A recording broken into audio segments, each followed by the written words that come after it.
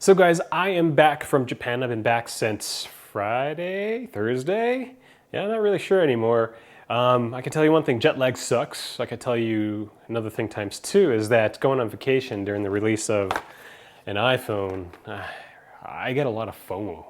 But I'm back and I've spent so much time in the last 3 days between jet lag and not thinking straight because of the jet lag, reviewing cases. I think I added 18 cases over the weekend. In terms of reviewing tables and everything, it took a lot of effort and I'm about halfway done. But the iPhone 7 case reviews are starting to pop up on my website and the review videos will start coming. I got 2 more iPhone 6s accessories, the thin charge case, which I was going to release last week, but I lost the footage on my computer. Luckily it was still on my S7 Edge.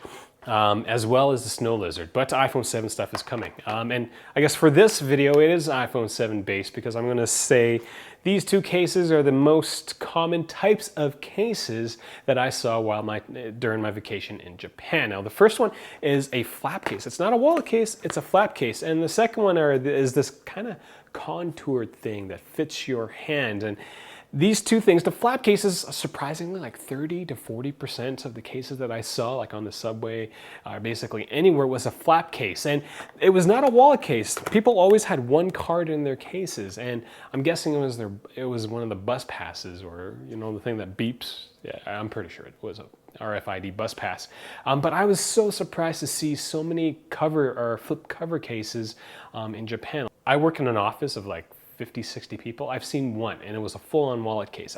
I don't see a lot of flap cases, which was surprising. So I'll start adding in some of the wallet flap cases because I guess people like stuff like that. The second case, and this wasn't as popular, like I did not see any Tulis. I did not see any play proofs. I did not see any of the, Incipio Dual Pros or any of the cases that kind of show up on my list in Japan.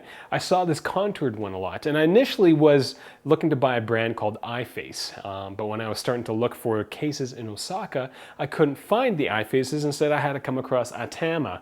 And instead of calling it an iPhone 7, they just called it 2016 iPhone 4.7 inch, which is so much more, I guess, efficient in the sense that if you don't know what it's called, you just name it by the year, which is 2016 model. But I'll do a close-up, but you can kind of see on the labeling, it describes the contoured handling. But going back to the thing about the iFace, I was really looking for an iFace brand because the brand name's kind of funny. And surprisingly, it's made by a company called Hammy, and they already had sent me one. So now I've got 2 of these contoured cases.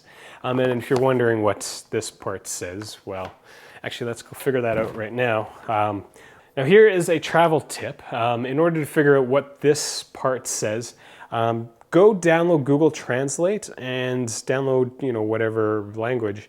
Take a picture of the thing you want to translate and you can do so, which is pretty awesome. This part says impact protect, I think. What does the whole thing say? Impact Aerotech, think iPhone grip shape, operation connector connection. It's not perfect, but it's kind of neat that sense. So those are the 2 types of cases that kind of caught my eye, and I know it's kind of weird that I pay attention to people's cases, but that's kind of what I've been doing for the last while. So thought that'd just be something I'd share. So stay tuned for a ton of other iPhone 7 stuff. Thanks for watching.